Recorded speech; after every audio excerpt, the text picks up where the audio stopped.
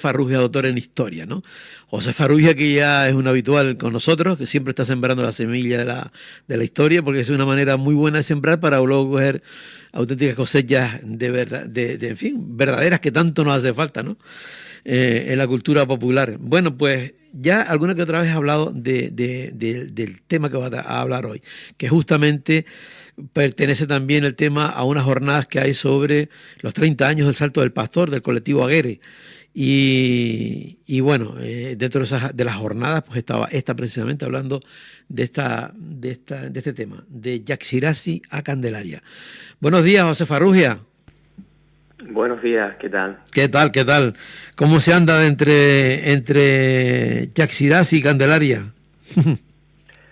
Pues bien, como comentaba, efectivamente esa fue la conferencia que dimos ayer en el marco de estas jornadas que se celebraban con motivo del 30 aniversario del colectivo Aguere. Y bueno, lo que es la temática forma parte de un libro que verá la luz ahora pues a finales de noviembre y que está centrado en analizar lo que fue en su momento lo que se conoce como el Achimenceyato de la Punta del Hidalgo, o el Achimenceyato de Adar, en el nombre indígena, y bueno, y en particular ahí analizamos toda una serie de aspectos relacionados con las creencias de los guanches, en donde por supuesto tienen un especial protagonismo Yaxiraxi y lo que viene a ser, ¿no?, su prolongación del culto en época cristiana, que es la Virgen de Candelaria. Claro. ¿Cómo se va a llamar el libro, José? Cuando el cielo nos habló.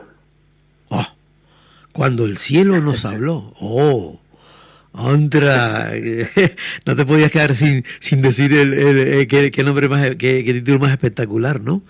Cuando el cielo nos habló. Porque, bueno, Sí. básicamente el libro, como comentaba, analiza un territorio y dentro de ese territorio pues saca a relucir todas las conexiones que hay entre determinados yacimientos arqueológicos, los denominados, ¿no?, de tipo sagrado o cultural, con el cielo, ¿no? Porque ya desde algunos años se viene reflejando como en Canarias una buena parte de estos espacios están donde están, no de una forma azarosa o casual, sino que, digamos, había por parte de los guanches un reconocimiento, un estudio previo del territorio y una tradición heredada ancestralmente de observación del cielo, de manera que ellos ubicaban como marcadores, ¿no?, en la isla para saber los momentos del año en los que estaban, ¿no? Por ejemplo, cuando comenzaba el invierno, cuando comenzaba el verano, cuando era el tiempo de celebrar el tema de la Virgen de Yaxiraxi. Entonces, bueno, en el libro básicamente todo eso se refleja pues a partir de conexiones con, como digo, la bóveda celeste. José, hay una conexión entonces entre la cultura, vamos a ver, en la que estamos viviendo nosotros ahora mismo, ¿no? En fin, después de los de que se conquistó y tal, pero siempre hay un motivo, digamos, aborigen o indígena, en fin, como lo queramos definir, primero, antes de que ahora a lo mejor se veneran un tipo de cosas, pero que anteriormente en aquellos lugares ya existía por parte de los guanches. Por supuesto, mira, hay un ejemplo que todo el mundo conoce, que es el de la Virgen de Candelaria, ¿no? De hecho, ese ya ha sido abordado por otros investigadores prácticamente desde comienzos de la década de los 2000. Pero si me permites, y luego si quieres retomamos el caso de la Virgen de Candelaria y Yaxiraxi, si me permites, ya que salió el tema de ahora, ¿no?, de la Punta del Hidalgo, hay un fenómeno que se produce no solamente en Punta del Hidalgo, sino en otros rincones de Canarias, ¿no? Y es el siguiente. Pensemos que cuando las Islas Canarias fueron conquistadas y colonizadas, no todos los indígenas son vendidos como esclavos, ¿no?, en los mercados del Mediterráneo, no todos los indígenas fallecen, es decir, está demostrado que hay una pervivencia del grupo humano que vivía en las islas, esto ya está sobradamente demostrado, sobre todo recientemente por la parte de la genética. Y desde el punto de vista cultural, ¿qué implicaciones tuvo esto? Pues muchas. Pensemos que quienes, por ejemplo, siguen viviendo en Tenerife, en muchas zonas, especialmente, ¿no?, en zonas retiradas, como puede ser el caso de la Punta del Hidalgo, son los descendientes de los guanches. Pero es que además, fíjate qué interesante, Punta del Hidalgo fue repoblada con gomeros. Ajá. Gomeros que vinieron a participar en la conquista, ayudando a Fernández de Lugo, y que como contrapartida reciben lotes de tierra en Punta del Hidalgo y también en Chinamada. De manera que en Punta del Hidalgo se juntó algo así como que lo que podríamos llamar un caldo de cultivo, en el sentido de que se juntan personas de dos comunidades indígenas con tradiciones muy similares y que tienen una misma forma de entender el mundo, de ver el mundo y de subsistir, pues que básicamente se dedican, ¿no?, a la ganadería. ¿Esto qué implica? Pues que casi con toda seguridad ellos siguen desarrollando sus creencias, ¿no? Hasta tal punto es así que hay documentos de la época, de los acuerdos del Cabildo, en donde se denuncia que los gomeros son gente de mala fe porque siguen andando por las montañas, siguen viviendo en cuevas, andan con perros salvajes que causan muchos daños al ganado y siguen rezando y orando a sus dioses, ¿no? Esto aparece, fíjate, en documentos del siglo XVI, y por tanto estamos hablando de casi un siglo después de la conquista, ¿no? ¿Qué es lo que hemos observado en Punta del Hidalgo? Bueno, pues probablemente todo el mundo conoce dónde está hoy en día la ermita de San Juanito. Pues la ermita de San Juanito se levanta en ese extremo de Punta del Hidalgo, justo al lado de una estación de cazoletas y canales, de cazoletas de mar. ¿Por qué? Porque otra costumbre que hemos visto que se repite en distintos puntos del archipiélago es que se suelen levantar templos cristianos o bien sobre antiguos espacios sagrados indígenas o bien en las cercanías de estos espacios, ¿no? ¿Por qué era importante este extremo de la isla desde el punto de vista de las creencias y por qué sabemos que perviven en el tiempo esa especial significación, pero en lugar de adorarse, ¿no?, al sol, pues a otra divinidad? Bueno, pues porque la propia toponimia nos habla de ese fenómeno, ¿no? En el caso este que yo te comento, en donde está la ermita de San Juanito, justo enfrente hay un charco que se llama el Charco de las Ovejas, y es un topónimo que hace referencia a los baños rituales que se vienen practicando desde la época guanche con el ganado y que son baños de purificación, ¿no?, de limpieza, baños sagrados en cierto sentido, ¿no?, para el ganado, ¿no?, para purificar y darle salud al ganado. Y esos baños se realizaban en momentos muy señalados del año, coincidiendo con los solsticios. En esta estación de cazoletas de mar, que está justo enfrente de San Juanito, lo que se celebraba, entre otras cuestiones, era la llegada del solsticio del invierno, que se marca por el Roque de los Dos Hermanos. De manera que lo que estamos viendo es que aquellos espacios que tuvieron una significación muy importante en época guanche, mantuvieron esa especial significación después de la conquista, pero lo que se cambió fue, digamos, el santo o la divinidad a la que se rendía culto, de manera que se pasó de rendirle culto a Majek durante el solsticio a rendirle culto a San Juan, también durante el solsticio. Entonces, pues lo que se produce es un fenómeno que podemos denominar como de suplantación o de asimilación forzosa, ¿no? Se cambian, ¿no?, de alguna manera, como digo, ¿no?, los destinatarios de esos cultos, pero esos espacios siguen siendo importantes para la sociedad. Claro, claro. Oye, lo que es el tema de los conquistadores, ¿no? O sea respeto aquel lugar, ¿no? Respeto aquel lugar, pero ahora pongo mi simbología, ¿no? Claro, y hay una cuestión que en el fondo se deriva de todo esto, ¿no? Y es que cuando uno lee, por ejemplo, los textos de la época escritos en el siglo XVI, me refiero a textos escritos no pues por religiosos, como Fray Alonso de Espinosa, o algún otro autor como Abreu Galindo, Leonardo Torriani, cuando uno lee esos textos se da cuenta de que en esos textos la información que aparece sobre los guanches es muy limitada, muy concisa, ¿no? El propio Alonso de Espinosa dice que muchos de ellos son reacios a hablar, ¿no? Los guanches, ¿no?, porque no querían revelar sus costumbres, ¿no? Eso es lo que aparece recogido en las fuentes escritas.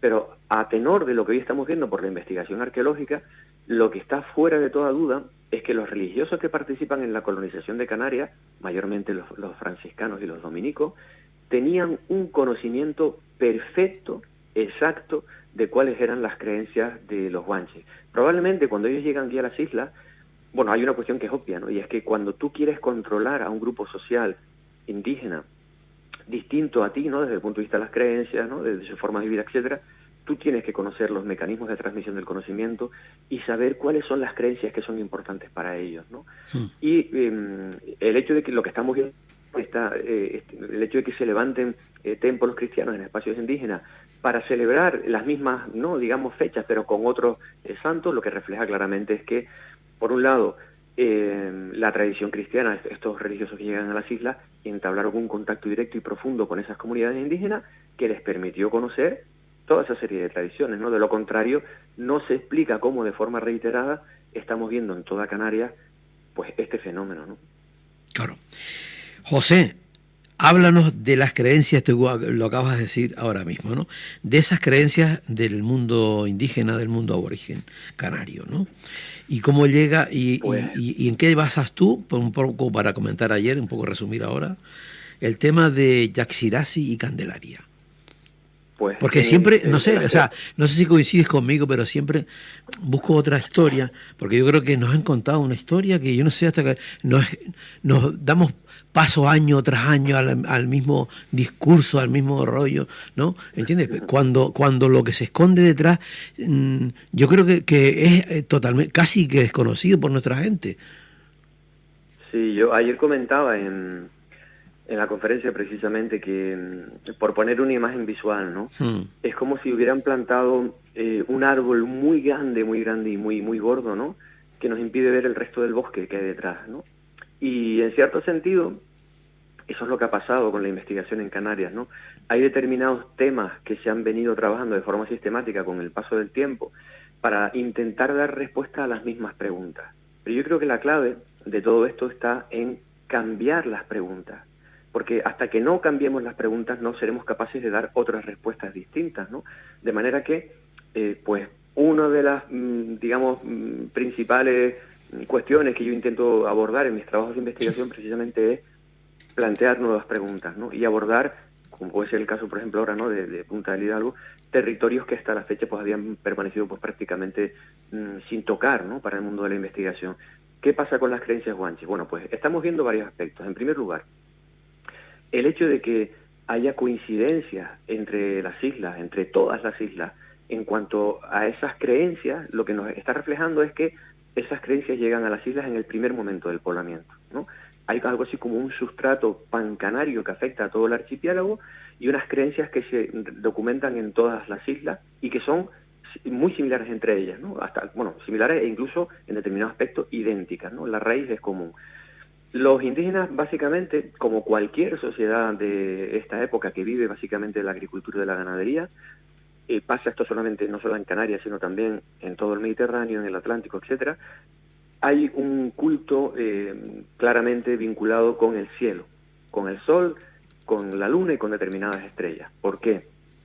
Pues porque cuando los indígenas canarios llegan a las islas, ese mundo que ellos encuentran es un mundo, digamos, para ellos caótico, sin orden, al que ellos tienen que darle un sentido, ¿no? Y ordenarlo en su concepción del día a día y del tiempo. ¿Cómo ordenaban ellos su espacio desde el punto de vista ¿no? del tiempo? A partir de fenómenos que se producían de forma cíclica. ¿Cuáles son esos fenómenos de forma cíclica? Pues, por ejemplo, los solsticios que acontecen, ¿no? Pues en junio y en diciembre, los equinoccios que acontecen, ¿no? Pues en septiembre y en marzo, es decir, determinados movimientos cíclicos que se producen en el cielo. Si tú eres capaz de establecer marcadores en la Tierra, te permiten ordenar el tiempo. ¿Y por qué es importante ordenar el tiempo en una sociedad precapitalista, ¿no? En donde pues solamente viven de la agricultura y la ganadería? Pues porque es precisamente ese tiempo el que está marcando cuándo se producen las lluvias, cuándo llega la estación seca y por tanto cuándo hay que cultivar, cuándo hay que recoger la cosecha, cuándo tienes que cruzar a los baifos, perdón, a los machos con las hembras para tener los baifos, ¿no? De manera que era fundamental. Hasta tal punto que los guanches, y en general los indígenas de Canarias, rendían culto al sol y a la luna, a Mahek y a Yur. ¿Por qué? Porque eran quienes daban sentido a su existencia, ¿no? ¿Qué pasa con el caso, por ejemplo, de Yaxiraxi? Y ya nos centramos, ¿no? En el título que le habíamos dado hoy a la entrevista. Bueno, pues existen numerosos textos escritos en el siglo XVI por los autores europeos que hablan sobre cómo pues los guanches tenían una divinidad que estaba vinculada con el cielo, que ellos llamaban en su lengua indígena Chajiraxi o Chaxiraxi, y que tras la conquista se celebraba el Día de la Candelaria. Bueno, pues las investigaciones, ¿qué es lo que han podido reflejar, bueno, pues efectivamente, como decían los cronistas, esa conexión con el cielo existe, porque lo que se ha observado es que coincidiendo con la celebración del Día de la Candelaria, como sabes, el Día de la Candelaria se celebra cada 2 de febrero y cada 15 de agosto, pues coincidiendo con esos días, aparece en el firmamento la estrella Canopo. La estrella Canopo no es cualquier estrella, es la segunda estrella más brillante del firmamento, es decir, es una estrella que sin duda alguna fue un referente en el cielo para los guanches. ¿Por qué? Porque cuando aparece el 2 de febrero, está indicando que llega una estación de lluvia y por tanto está indicando, ¿no?, que va a llegar un tiempo en donde la tierra va a empezar a ser propicia, ¿no?, para el cultivo. Y tras 4 meses oculta, vuelve a aparecer en torno al 15 de agosto, que es la fecha en la que los guanches celebraban el Beñesmer, la gran festividad agroganadera que se celebraba en toda la isla, y era tan importante para los guanches que si existían conflictos o batallas entre unos mencellatos y otros, todo tipo de enfrentamiento cesaba, se celebraba, ¿no?, el Beñesmer y luego la vida seguía, ¿no? ¿Qué te quiero decir con esto? Pues que cuando llegan los conquistadores y son conscientes de cómo los guanches ordenan su espacio y su tiempo y cuáles son las fechas señaladas para ello, lo que hacen es aparecer una imagen en las costas de Candelaria y imagen que entroncan con la Virgen de Candelaria y cuya celebración va a coincidir con los días de la aparición de Canopo, el 2 de febrero y el 15 de agosto, es decir, con fechas señaladas para los guanches. ¿Esto qué posibilitaba? Bueno, pues que de entrada los guanches seguían frecuentando los mismos espacios para hacer esas mismas celebraciones, pero ahora a una divinidad femenina, como lo era Chaxiraxi. ¿Y es cualquier divinidad femenina? Pues no, es encima una virgen morena con un niño en brazos, es decir, una virgen que probablemente se asemejaba a las mujeres guanches por el color de su piel, pero es que a diferencia de otras muchas vírgenes que hemos visto por ahí representadas iconográficamente, esta tiene un niño en sus brazos, ¿no? Y Chaxiraxi es la sustentadora del mundo y guarda relación con la maternidad también, ¿no? De manera que ellos, por decirlo de alguna manera, los religiosos que llegaron no daban puntadas sin hilo, ¿no? Es decir, conocieron profundamente lo que aquí había y cómo funcionaba, ¿no?, esa organización del mundo para luego ellos implantar sus creencias. Tremendo. Oye, increíble, todo encaja, todo encaja. Mira, todo encaja, total. Mira, fíjate, entonces, digamos que la vida se desarrollaba digamos, en esa presencia de Canopo, ese 2 de febrero y ese 15 de agosto, ese inicio de la estación de las lluvias, ¿no? Y el 15 de agosto podría ser el Beñesmer, también la finalización, digamos, de esas cosechas, la fiesta, etcétera, ¿no? O sea, Sí, de hecho, el 15 de agosto te está marcando una fecha que viene con Canopo y que en cierto sentido te está adelantando el que empiezan a descender las temperaturas porque baja el verano y que se empieza a acercar el invierno, ¿no? ¿Y cuándo sabes que llega el invierno? Cuando ese otro espacio que ellos tienen concebido en el territorio te permite marcar el solsticio de invierno, ¿no? De manera que, de forma cíclica, ellos van estableciendo marcadores en el territorio que les permiten, pues como digo, organizar su tiempo y su espacio. Pensemos que estamos en una época en donde lo que es el horizonte, el cielo, era importantísimo, y no solamente, ¿no?, como digo, a partir del siglo XVI, para los marineros y demás que seguían, ¿no?, en la navegación con estrellas y demás, sino para todas estas sociedades, claro, cuya subsistencia dependía, pues eso, de si llovía o no llovía, de cuándo llegaba la estación seca, de cuándo llegaba el invierno, etcétera, ¿no? Claro. Mira, y es que en el fondo, ya para finalizar, José, que se nos fue el tiempo volando, mira, casi que lo que tú estás comentando, o sea, el formulismo, la fórmula es la misma, que, lo de la Virgen, lo de San Juanito que está comentando en Punta Hidalgo, ¿no? O sea, es la sustitución de alguna manera, ¿no? Aprovechando la historia que había allí para luego introducir otros elementos de los conquistadores, ¿no? Exacto. Y luego yo les invito a que ustedes busquen una imagen de San Juan, digo, porque lo que les he comentado ahora, ¿no?, de la iconografía de la Virgen de Candelaria, si ustedes buscan una imagen de San Juan, van a ver a un santo que está vestido con pieles, que tiene un bastón en su mano izquierda y que a su lado, junto al pie derecho, tiene a una oveja. Es decir, en cierto sentido era una representación de un guanche. O sea, los guanches seguramente se vieron reflejados en San Juan porque la imagen, la iconografía de ese santo era similar